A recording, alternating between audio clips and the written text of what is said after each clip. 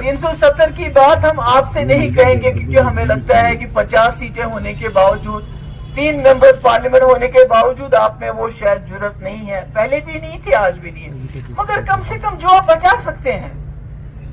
یہ housing urban development کا ہے پروجیکٹ ہے, یہ آپ کے پاس ہے ڈپارٹمنٹ.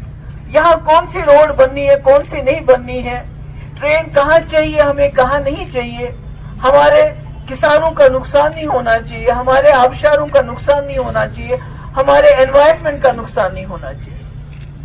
اس کے لیے تو یہ سرکار کام کر سکتی ہے نا. تو ٹاؤن شپ کی بات ہے, اس ٹاؤن شپ جو بن رہے ہیں ہمارے لوگوں کو اجازت نہیں ہے, آدھا کلومیٹر تک وہ کوئی کنسٹرکشن نہیں کر سکتے. آپ نے ان کی زمینیں لے لی, کوئی دکان بناتا, کوئی ہوٹل بناتا, اس کو وہ اجازت نہیں ہے. مگر آپ 30 ٹاؤن شپس, ایکسلشیئر کے مطابق 30 ٹاؤن شپس, جس میں 1,20,000 کنال زمین چاہیے آپ کو.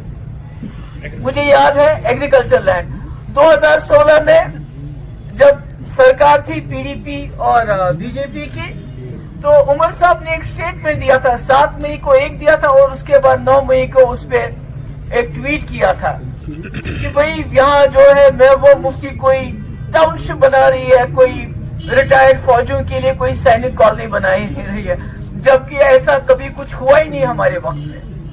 میں بولتی رہی اور وہ چلاتے رہے نہیں بن رہا ہے. آج بن رہا ہے سیٹلائٹ ٹاؤن شپ. ہم جاننا چاہتے ہیں عمر صاحب سے, حالانکہ ان کے ایک ایڈوائزر نے تو بیان دیا کہ یہاں کے لوگوں کے لیے بن رہی ہے, مگر ہمیں بتائیے کون سے یہاں کے لوگ جن کے لیے 30 ٹاؤن شپس بن رہے ہیں. کیا ہے ہمارے ایگریکلچر لینڈ پہ؟ اگر آپ نے ٹاؤن شپس بنانے ہیں تو آپ گاؤں کو اپ گریڈ کر لیجئے, وہاں سہولتیں دے دیجئے ٹاؤن کی. تو آپ یہ جو سارا ہمارا انوائرمنٹ, ہمارا ایگریکلچر لینڈ, ہمارے پاس جموں کشمیر کے پاس اب بچا کیا ہے؟ پانی آلریڈی پورے ملک اور پاکستان کے بیچ میں بانٹا جا رہا ہے. ہمارے پاس آج دیکھتے ہیں ہمارے اندر بجلی نہیں ہے, ہم یہاں بیٹھے ہوئے ہیں اس وقت کیونکہ بجلی نہیں ہے.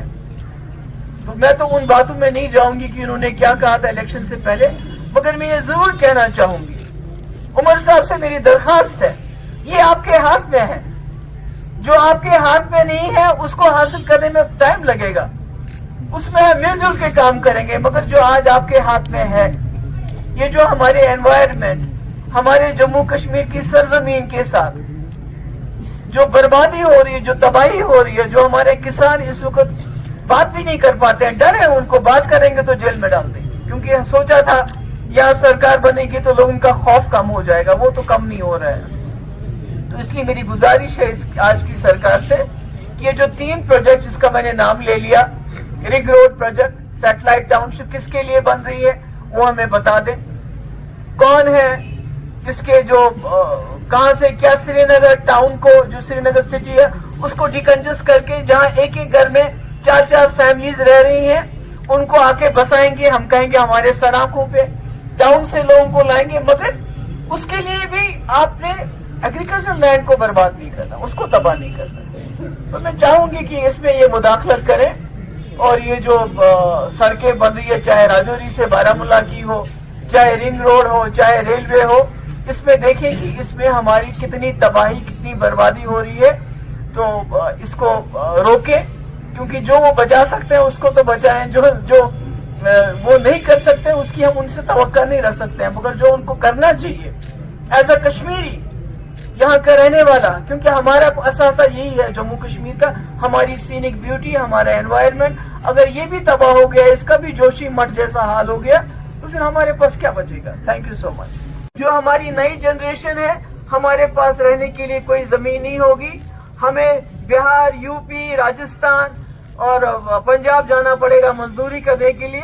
ہمارے پاس کچھ بھی نہیں بچے گا اگر اسی طرح یہ ہماری زمین کے اوپر ہم ڈیولپمنٹ کے خلاف نہیں ہیں, مگر development should not come at the cost of environment, at the cost of scenic beauty, at the cost of